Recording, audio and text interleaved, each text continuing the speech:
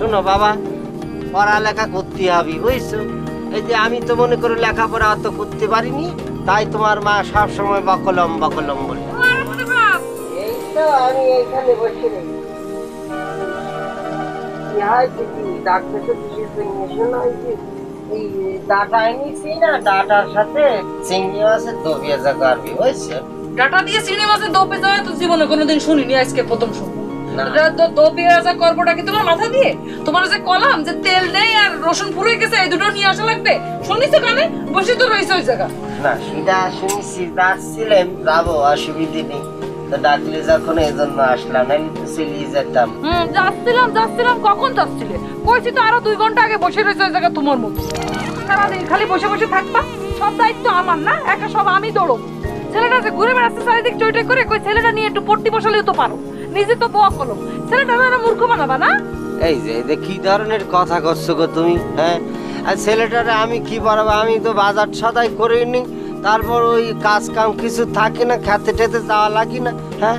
সব সময় কি আমি বসতে পারি? রাতের বেলা তো আমি চেষ্টা করি বসার জন্য, যদিও ঘুম চলে আসি। আর আমারে বকলম করছো কিসের জন্য? তুমি যদি বকলম কর, তোর বাইরের মানুষ তার 3 ডিগ্রি নামায় আমার কি কবে আল্লাহ জানি। আমি তো পড়িছি টুকটাক, তো কভার লেখা পারি। কলম ছাড়া কি তোমার জজ ব্যারিস্টার কব নাকি আমি এখন? যাও যা তাড়াতাড়ি তেল আর রসুন নিয়ে আসো, যাও।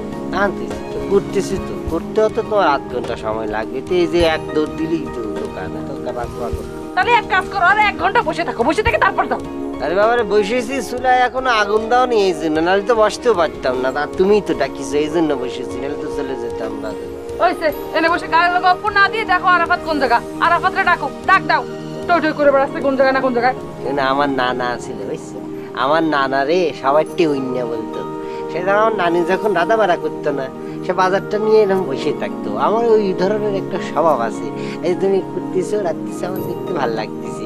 ওটা না, আমি যাবো আর আসবো, আইনে তেল টেল নিয়ে আসবো। তাহলে মনে করো যে তুমি ছড়াই দিলে চুলের মধ্যে খাবার। আরাফাত, ও আরাফাত, আরাফাত বাবা এদিকে আসো। বসে না থেকে যাও তো, ছেলেটার খুঁজে নিয়ে আসো। বুঝে নিব কি, চলে আসিছি। এই কোন জায়গায় বেড়াচ্ছিস টই করে? কনে গিয়েছিলি রে বাপ? খেলতে গেছিল। বাচ্চা বলা বানো, খেলবে না, না হলে পরে কেবা করিও কি হবে, হ্যাঁ? সারাদিন ওই খেলাধুলো করে বেড়াও, বাপের মন্তরম কলম হবার। যাও হাত পা ধুয়ে আসো, যাও সুন্দর করে হাত পা ধুয়ে আসো। শোনো বাবা, পড়ালেখা করতে হবে বুঝছো। এই যে আমি তো মনে করো লেখাপড়া অত করতে পারিনি, তাই তোমার মা সব সময় বকলম বকলম বলে। তোমার বকলম হলেই চলবে না, তোমার বাদ দিয়ে শুধু কলম হতেই হবে। তুমি কলম খাতা দিয়ে লেখাপড়া করবে বুঝেছো। আমি কলম হতে পারি, তোমার মা কিন্তু অনেক শিক্ষিত, 5 পাস করেছে বুঝেছো। শোনো, এখন তুমি বাড়িতে পড়ালেখা করলি পরে তোমার আর ক্লাস 1-এ ভর্তি না করে লাভ দিয়ে ক্লাস 2-তে ভর্তি করা দিব বুঝছো।